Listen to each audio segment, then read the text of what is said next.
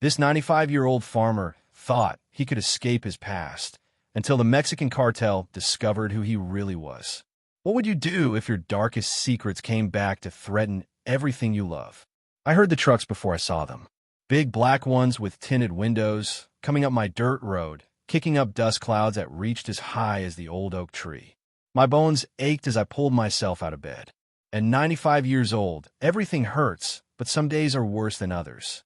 Today was already looking like one of the bad ones. Not again, I muttered, reaching for my walking stick. My dog Rex barked from the porch, warning me about the visitors. I didn't need his warning.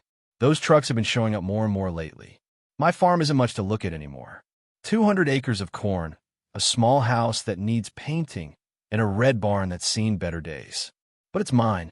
Every inch of it paid for with 50 years of sweat and hard work after I left Mexico and came north. This land is all I have left of my dear Maria. We built this place together, and I promised her I'd never leave. The truck stopped in front of my house, and 5 men got out. I recognized their leader right away. Eduardo Vega.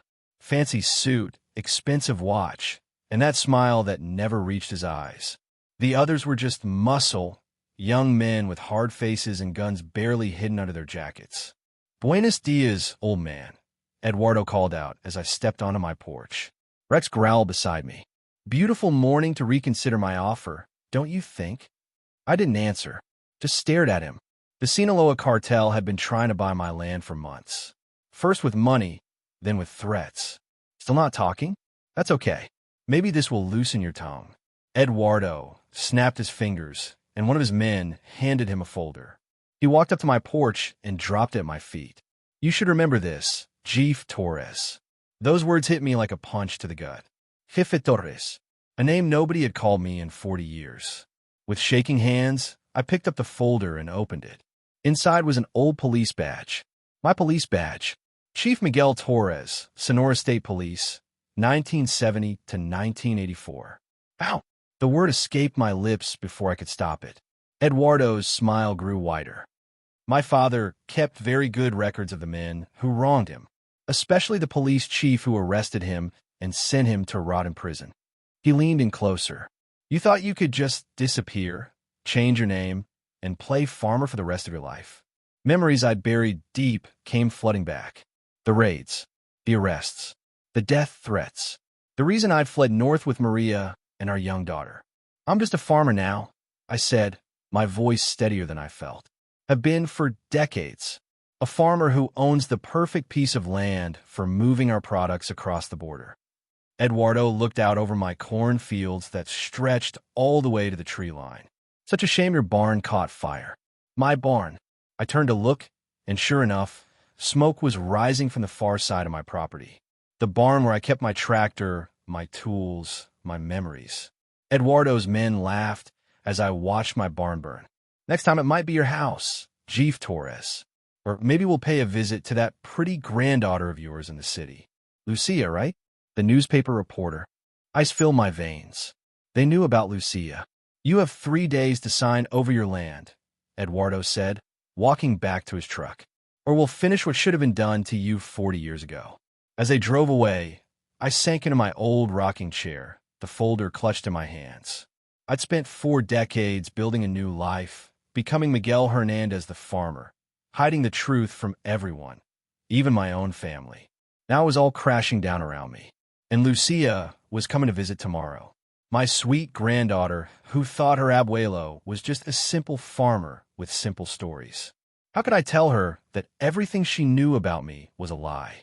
How could I protect her from enemies I'd made before she was even born?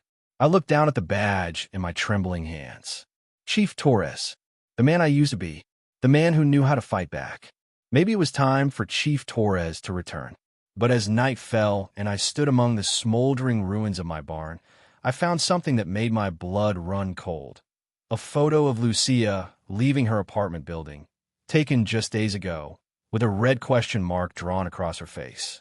They weren't just threatening me. They were watching her too. How do you fight a war when you're 95 years old and the enemy knows exactly where to hit you?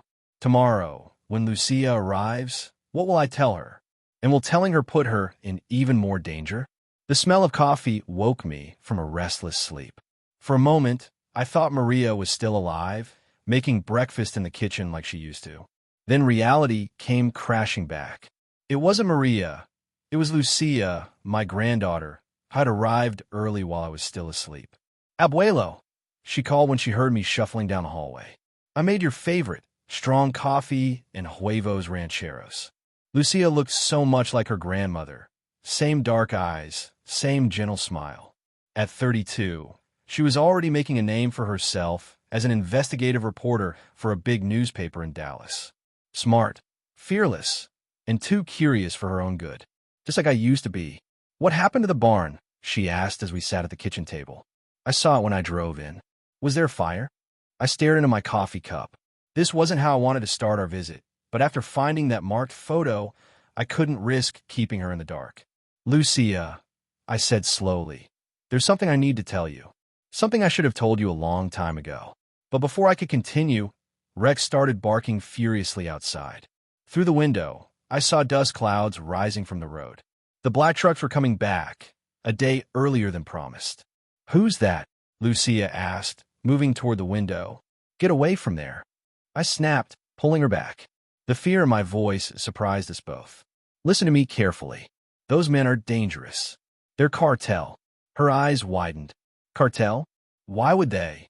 Because they want my land. And because... I took a deep breath. Because I used to be the chief of police in Sonora.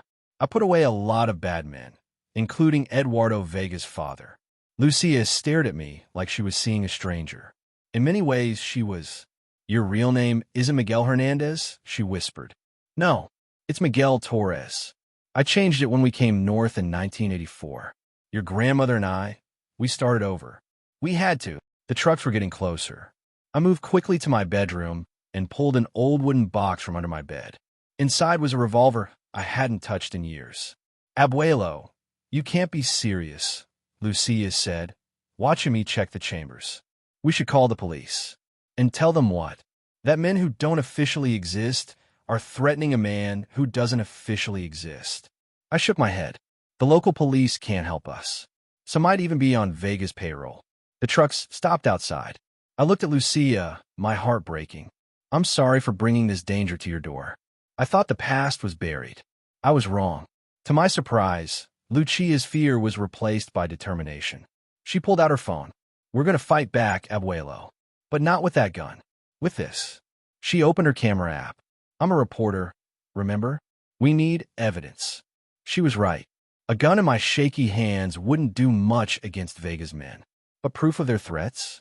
That could be powerful in the right hands. Eduardo knocked on the door. Torres, I know you're home. I see the car in the driveway. A visitor? Your granddaughter, perhaps? I motioned for Lucia to start recording. Then I opened the door. Eduardo's smile faded when he saw Lucia standing behind me with her phone pointed at him. Put that away, he growled. It's streaming live to my editor, Lucia lied smoothly. Everything you say and do is being watched. It wasn't true, but the doubt that flashed across Eduardo's face was worth the bluff. You're making a mistake, he said, his voice dangerously quiet. Both of you. The mistake was thinking I would give up without a fight, I replied, feeling stronger than I had in years. I may be old, but I remember how men like you operate. You hide in shadows. You don't like witnesses. Eduardo's eyes narrowed. Fine, we'll do this differently. He handed me an envelope. Inside is a deed transfer. Sign it before midnight tomorrow. He glanced at Lucia, the threat clear in his eyes. After they left, Lucia turned to me, her face pale. This is real, isn't it? They really will hurt us. I opened the envelope. Inside was the deed transfer, but also something else. A faded photograph of a much younger me in police uniform standing over the body of a man. A man I didn't kill, but whose death was blamed on me. The reason I had to flee. They have more than just threats, I whispered. They have a frame-up from 40 years ago that could still send me to prison. Lucia sat down heavily. We need help. There might be someone, I said slowly, remembering faces from long ago. My old deputy, Rodriguez. Last I heard, he retired to a town about 50 miles from here. If he's still alive. Let's find him, Lucia said, already typing on her phone. As night fell, we prepared to leave at dawn to find Rodriguez. But as I checked the locks one last time, I noticed a small red light blinking in the corner of my living room. A camera. They were watching us. Lucia, I whispered, I think we need to leave right now. We slipped out the back door into the darkness, taking only what we could carry. As we reached Lucia's car, headlights appeared on the road, not coming from the main highway, but from the old logging trail that nobody used anymore. Someone had been waiting for us to make exactly this move. But who? Eduardo's men? Or someone else who had learned that Chief Torres was still alive? Get down, I whispered to Lucia, pulling her behind her car as the headlights swept across the yard. My old knees screamed in pain as I crouched, but fear is a powerful thing. It can make even a 95-year-old move like he's 20 years younger. The vehicle slowed at the end of the logging trail, its engine purring quietly. Not the roar of Eduardo's trucks. This was something smaller, more careful. Who is it? Lucia whispered, her phone clutched in her hand, ready to record. I don't know, I admitted. But whoever it is knows the back way to my farm. Not many people do. The car stopped about 50 yards away, its lights shutting off. In the pale moonlight, I could make out the shape of an old pickup truck. The driver's door opened, and a tall figure stepped out. Miguel, a voice called softly. A voice I hadn't heard in decades, but one I knew instantly. Miguel Torres? It's Rodriguez. My heart nearly stopped. Rodriguez, my old deputy, the man I was planning to find tomorrow. How did he know we needed him? Lucia asked, confused. I stood slowly, my joints protesting. Rodriguez, I called back. Is it really you? The man approached, and as he got closer, I could see the years had changed him. His hair was white now, his face lined with wrinkles, but he still walked tall, still had the watchful eyes of a cop. Chief, he said, reaching out to shake my hand. It's been a long time. How did you find me? I asked. How did you know I needed help? Rodriguez glanced around nervously. We need to move. Now, your farm is being watched, and not just by Vega's men. What do you mean? I demanded, but Rodriguez was already helping us into his truck. I'll explain once we're safe, he said, starting the engine. But right now, we need to disappear.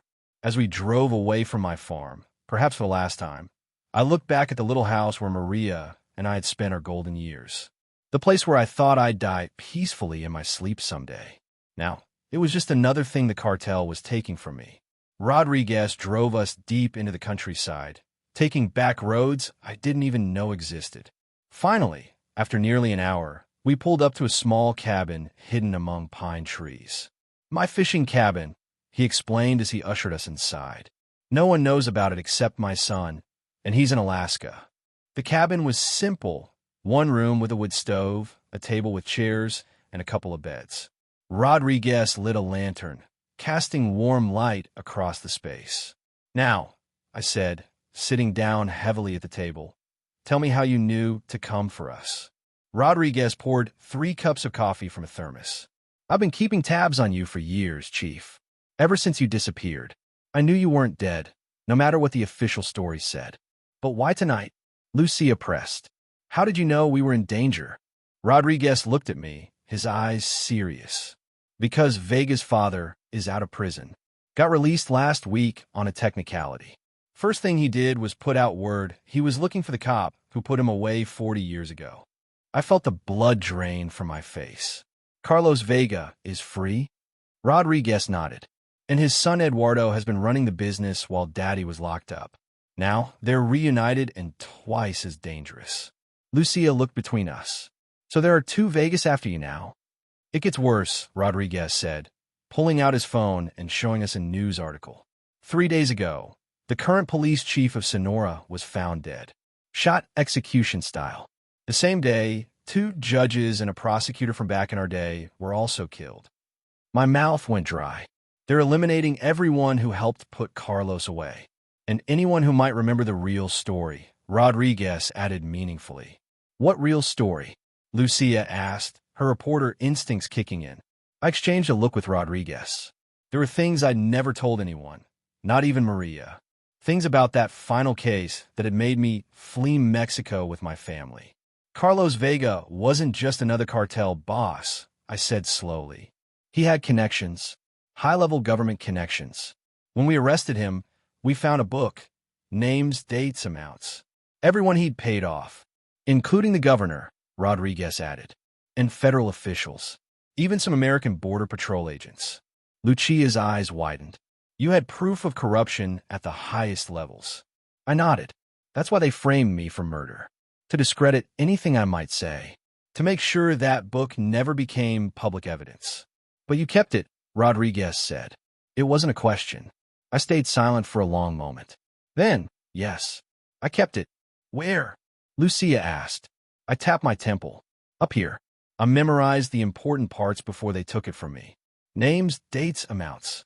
And I wrote it all down again once I was safe. You still have this evidence. Rodriguez looked shocked. After all these years, hidden, I confirmed, where no one would think to look. In the farm? Lucia asked, alarmed. We just left it behind.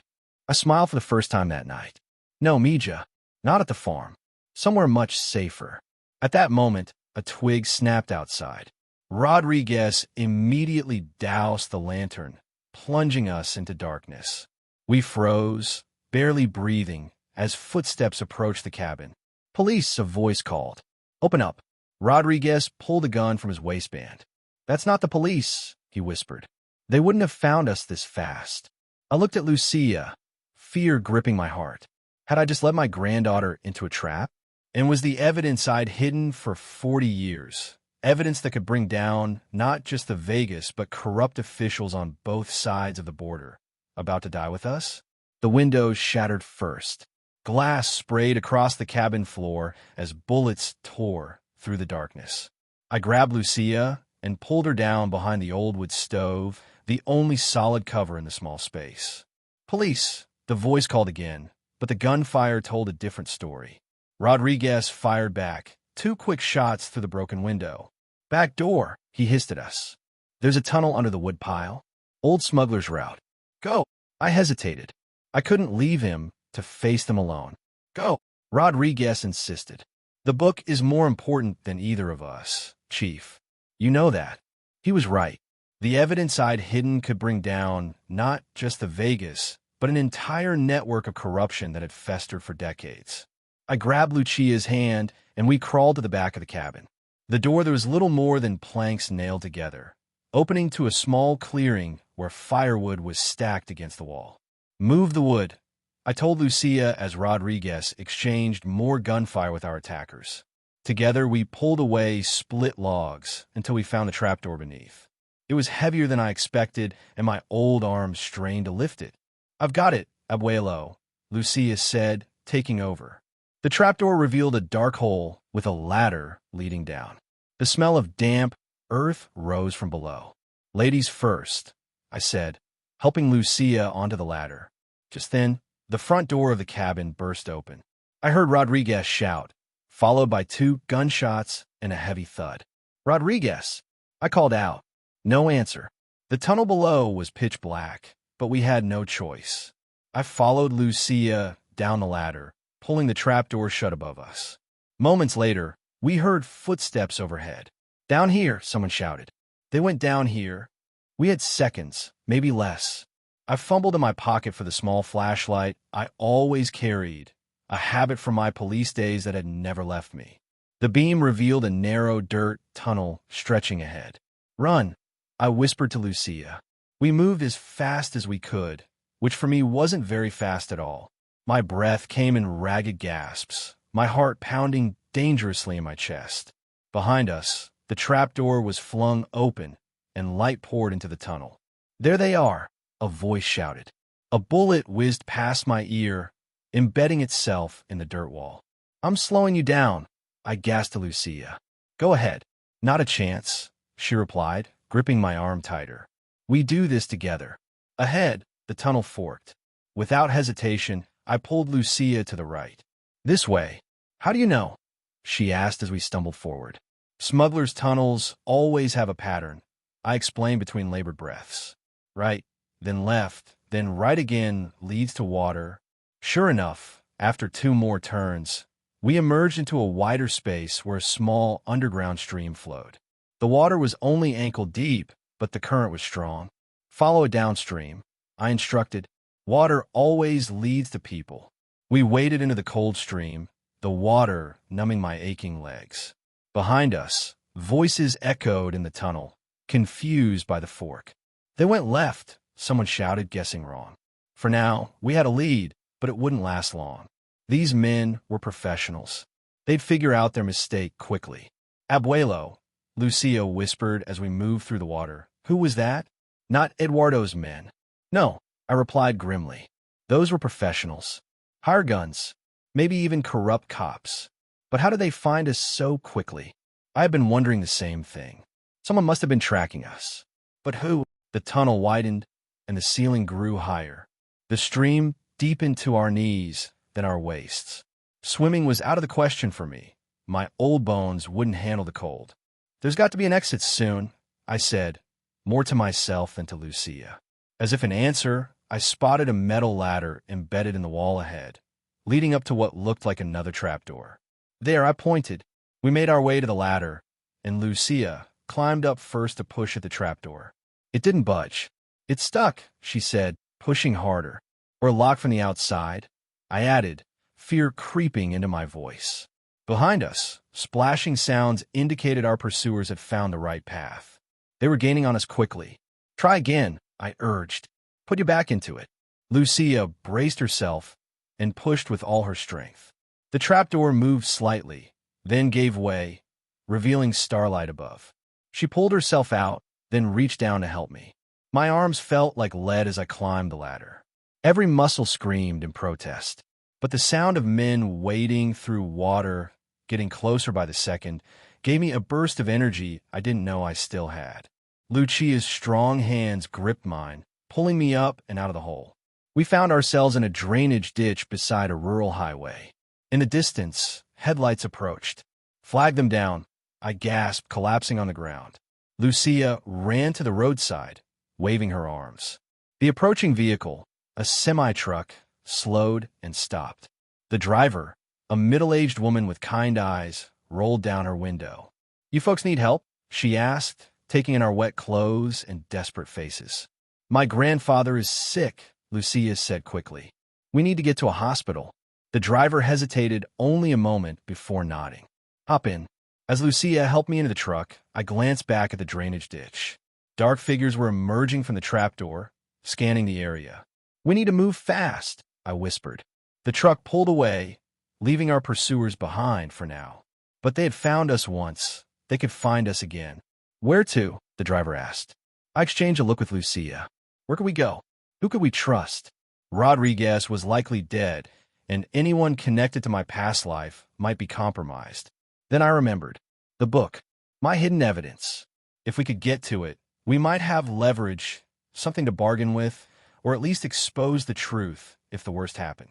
Santa Fe, I said, naming a city about 3 hours away. We need to get to Santa Fe.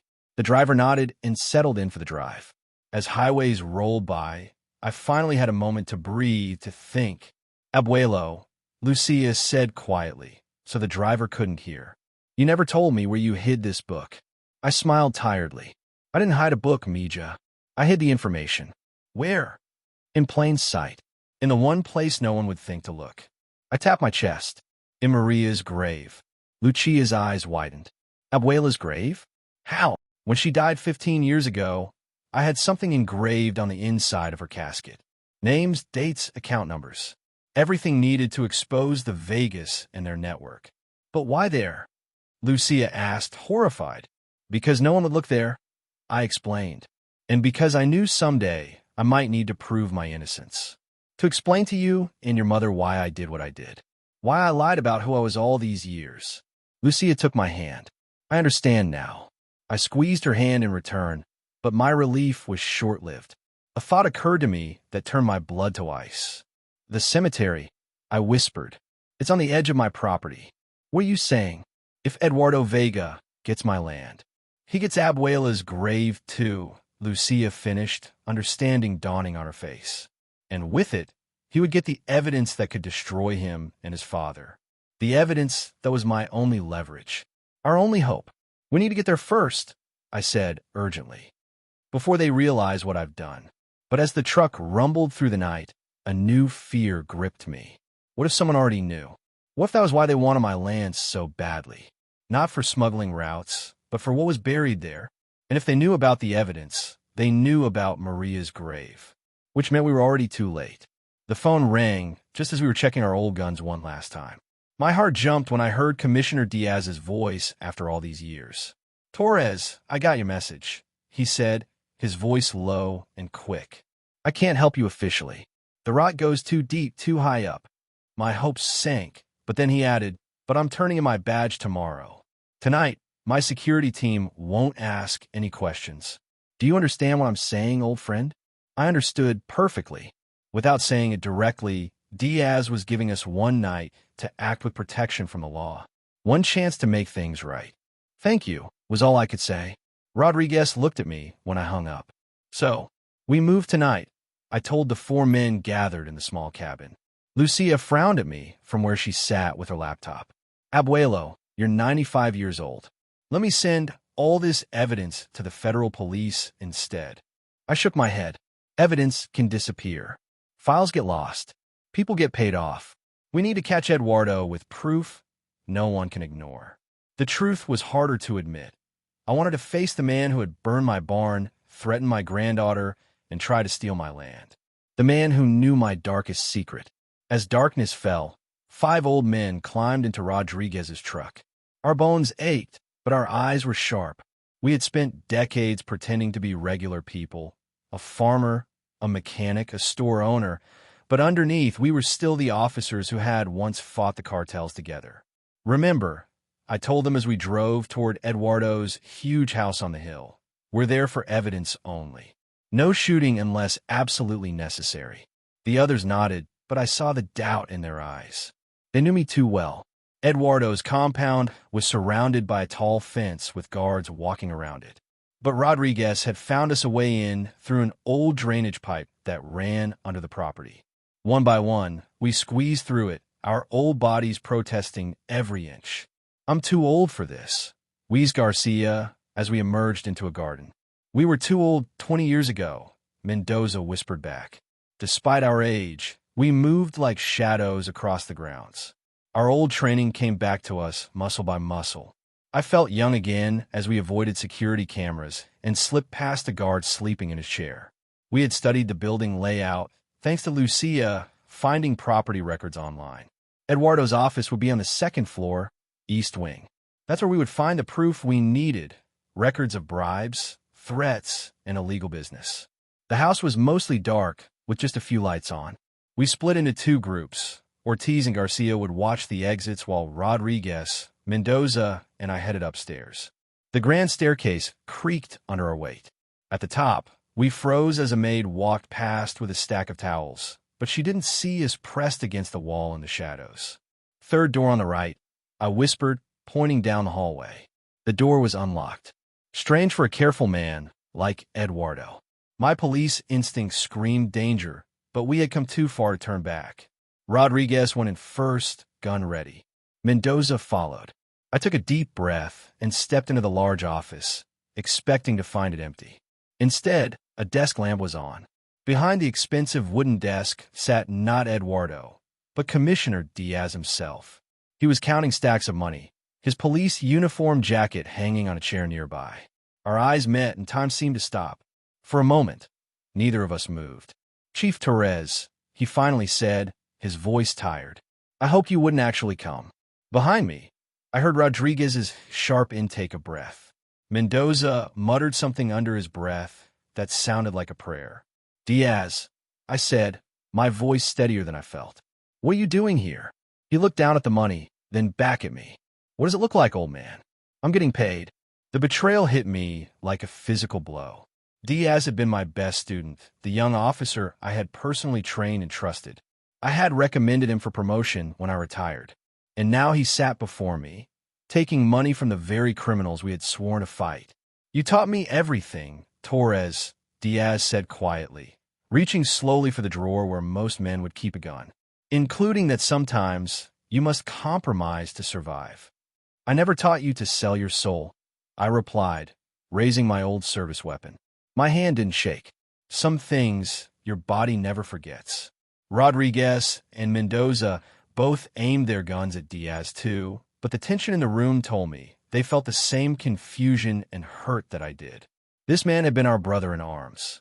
Put the guns down, all of you, came a new voice from the doorway behind us. This reunion is touching, but unnecessary. I didn't need to turn around to know who it was. Eduardo Vega walked into the room, followed by two men with automatic weapons. We were surrounded. Eduardo laughed as he looked at us. Old men with old guns, caught in his trap. 2 generations of police, he said, walking to stand beside Diaz. Both in my pocket now. Your mistake, Torres, was thinking you were the only one who knew how to keep secrets. Diaz wouldn't meet my eyes anymore. His face was a mask of shame mixed with determination. Did you send him to me? I asked Diaz. Did you tell him who I really was? Before he could answer, a small movement caught my eye.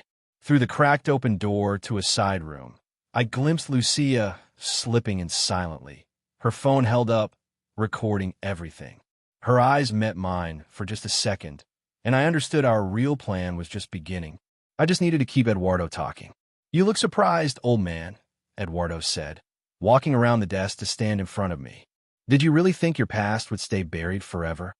Behind him, Diaz looked uncomfortable, shifting in his chair. The money on the desk suddenly seemed to embarrass him. I'm curious, I said, keeping my gun steady, but making no move to use it. How long have you known who I was? My father told me stories about the great Chief Torres before he died in prison, Eduardo replied.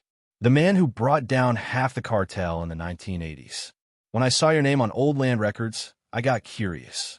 So this isn't about the farm at all, Rodriguez said, understanding dawning on his face. The farm. Eduardo laughed. That worthless piece of dirt. No, this is about legacy. My father died because of Torres. Now I get to decide how Torres dies. From the corner of my eye, I could see Lucia still filming. Every word was being captured. Nobody needs to die tonight, Diaz said suddenly, standing up.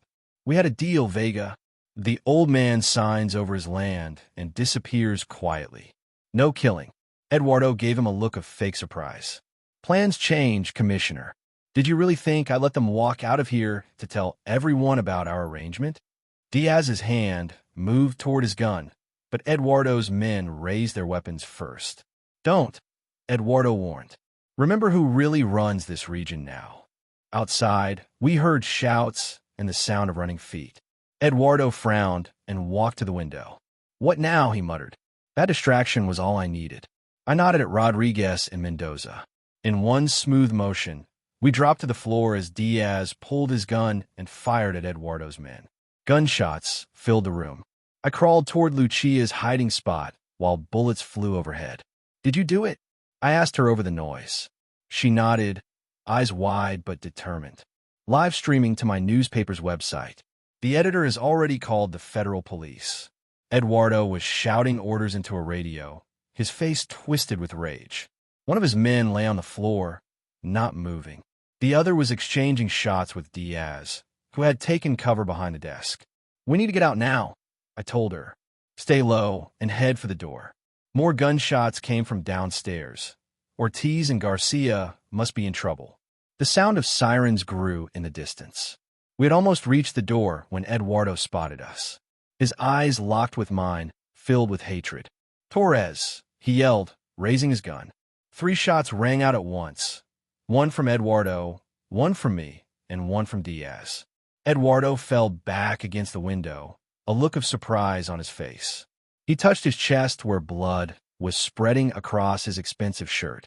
Just like your father, I told him as he slid to the floor. Too confident to be careful.